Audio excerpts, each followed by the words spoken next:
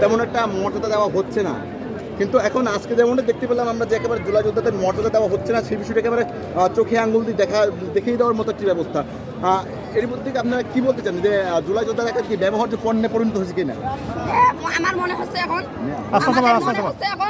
তারা সামনের সারিতে আমাদের দাঁড় করিয়ে আমাদের 10% কোটা ছিল, নারীদের 10% কোটা থাকার পরও আমরা কিন্তু মাঠে নেমেছি।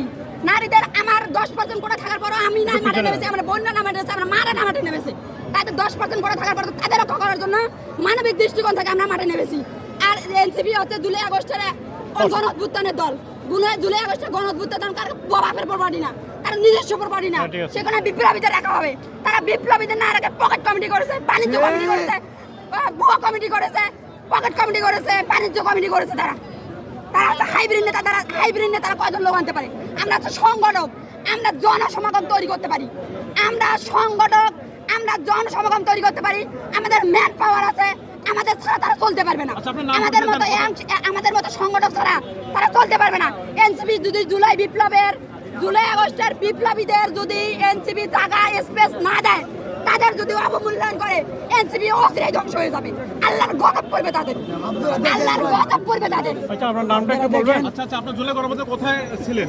কোথায় আহত ছিলেন বা কোথায়? আমি হচ্ছে মিরপুর জোনে ছিলাম, যেহেতু আমি মিরপুর সাবেক বাংলা কলেজের স্টুডেন্ট ছিলাম।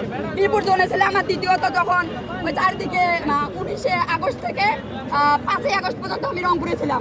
18 তারিখ পর্যন্ত যখন চারদিকে ধরাধরি হচ্ছিল, আমরা বাড়িতে থাকতে পারছিলাম না, তখন আমি চলে গিয়েছিলাম।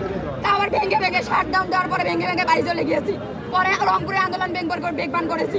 রংপুরে যত ধরনের সাক্ষাৎকার বলেন, টিভি নিউজ চ্যানেলের যত ধরনের সাক্ষাৎকার বলেন, আমি দিতেছি, আপনি দিতেছি। আমার সাথে যারা আন্দোলনে জড়িত ছিল তারাও আমার সাথে একতা প্রকাশ করবে যে আমরা কখন কোন সময় আন্দোলন করেছি। রাত বিরাতে আপনি দেখেন আমার ভিডিও ফুটেজগুলো, রাত 12টায় 1টা 2টার সময় আমরা আন্দোলন করেছি। আমরা ঘর থেকে মেরা বেরিয়ে এসে আন্দোলন করেছি। আপু, আওয়ামী লীগ এবং এনসিপির মধ্যে কোনো পার্থক্য দেখতে পাচ্ছেন কিনা? এখন একই দলে তারা একই পরিণত হয়েছে। তাদের মধ্যে ফ্যাসিবাদ, আধিপত্যবাদ বিস্তার এসব শুরু হয়ে গেছে। আমরা আন্দোলন করেছিলাম আছে ফ্যাসিবাদ দূর করার জন্য, আমরা আন্দোলন করেছিলাম আছে আধিপত্যবাদ বিস্তার দূর করার জন্য। তারা ফ্যাসিবাদই শুরু করেছে। আমরা যেমন দেখেছি আওয়ামী লীগের নেতাকর্মীরা ক্ষমতালোভী ছিল। এখন যারা জুলাই যোদ্ধা ব্যবহার করে যারা ক্ষমতা পেতে চায়, আপনি কি বলবেন এটি? আর আওয়ামী লীগের যারা ছিলেন নেতাকর্মীরা, তারা তো ক্ষমতালোভী ছিল, আমরা যেমনটি দেখেছি। এখন যারা এনসিপি নেতা হয়েছেন, তারা এমনটি কিনা? এইভাবে যদি এদের মনোভাব যে শুরু হয়েছে, এরা যদি এইভাবে থাকে, যখন জুলাই আগস্টে তারা আন্দোলন করে, তাদের কিন্তু মনোভাব এরকম ছিল না। তা আমাদের কোটা থাকার পরও তাদের উপর অন্যায় হচ্ছে, অত্যাচার হচ্ছে। আমাদের 10% কোটা থাকার পরও আমরা তাদের কথায় মাঠে নেমেছি।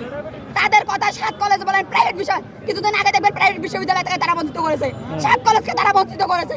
আমি 7 কলেজের সমস্ত মানুষকে শুধু তারা এককবাদ, পরিবারতন্ত্র বা স্বজনপ্রীতি কমিটি শুরু করে দিয়েছে। যদি এভাবে চলতে থাকে, তাহলে ওরা আওয়ামী লীগের থেকে ওদের আমরাই ওদেরকে নিচে টেনে নামাবো।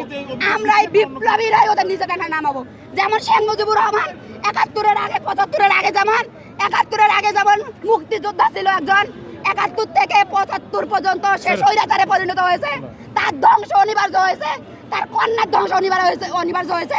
ঠিক সেই মেয়েদের অবস্থা যারা যে এই পথে হাঁটবে। আপনাদের নামটা একটু বলবেন? আমার নাম লাভলি আক্তার খুশি। এদের অবস্থা আরো খারাপ হবে, আওয়ামী লীগের চেয়ে অবস্থা আরো বেশি খারাপ হবে। এনসিপি আমাদের বিপ্লবীদের রক্তের উপরে তারা বসছে। আপনারা দেখেন, একটা এনসিপির ভিতরে কোন এক নেতা আসে যে একটা হাত ভঙ্গ হয়েছে বা রক্ত দিয়েছে, তারা স্লোগানে নেতা হয়ে গেছে। আজকে যারা জাতীয় যে নতুন দল হচ্ছে, এদের মধ্যে কি কেউ নেতা কোন আহত আছে? শহীদের পরিবার আছে? দেখেন আপনারা, আমাদেরকে তারা বিপ্লবী ইউজ করতেছে ভাই, আমাদেরকে মার আপনারা। আমরা বেঁচে থাকতে এই বাংলাদেশে কোনো বৈষম্য তৈরি দিব না। এই এনসিপির অবস্থা আরো ভীষণ খারাপ হবে। আওয়ামী লীগের অবস্থা কি খারাপ হয়েছে, এর চেয়ে বড় খারাপ হবে। উঠে আসা বিপ্লবী আমরা রাজপথ থেকে যেমন একটা রিয়েল মুক্তিযোদ্ধা যেমন হাজারটা যদি ঝড় আসে, একটা রিয়েল মুক্তিযোদ্ধা কখনো সেই ঝড়ে উঠে পড়ে যায় না। আমরা হচ্ছে সেই রকম বিপ্লবী। হাজারটা ঝড় আসলো, হাজারটা যদি ওরা হুমকি ধামকি আসে, আমরা সহজে পড়ে যাওয়ার মতো না। আমরা আখতারুজ্জামানকে ভয় পাই না, হাসান আব্দুল্লাহকে ভয় পাই না, এবং ডক্টর ইউনূসকেও না। আমাদের বিরুদ্ধে যে আসবে তার বিরুদ্ধে অ্যাকশন হবে। আমাদের শহীদ এখন আহতদের বিপ্লবীদের রক্তের উপরে যে খেলবে, তাকে কোনোভাবে ছাড় দেওয়ার কথা হবে না।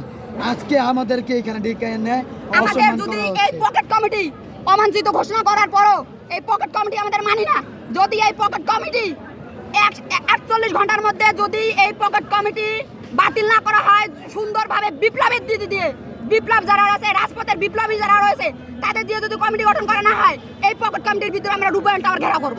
সমস্ত বিপ্লবী মিলে, সমস্ত আহত যোদ্ধা, সমস্ত বিপ্লবীরা মিলে পকেট কমিটি ওই রূপায়ণ টাওয়ার আমরা ঘেরাও করব। ওদের রূপায়ণ টাওয়ার পুরো তলা থেকে আমরা নিচে নামতে দেবো না। ঠিক আছে।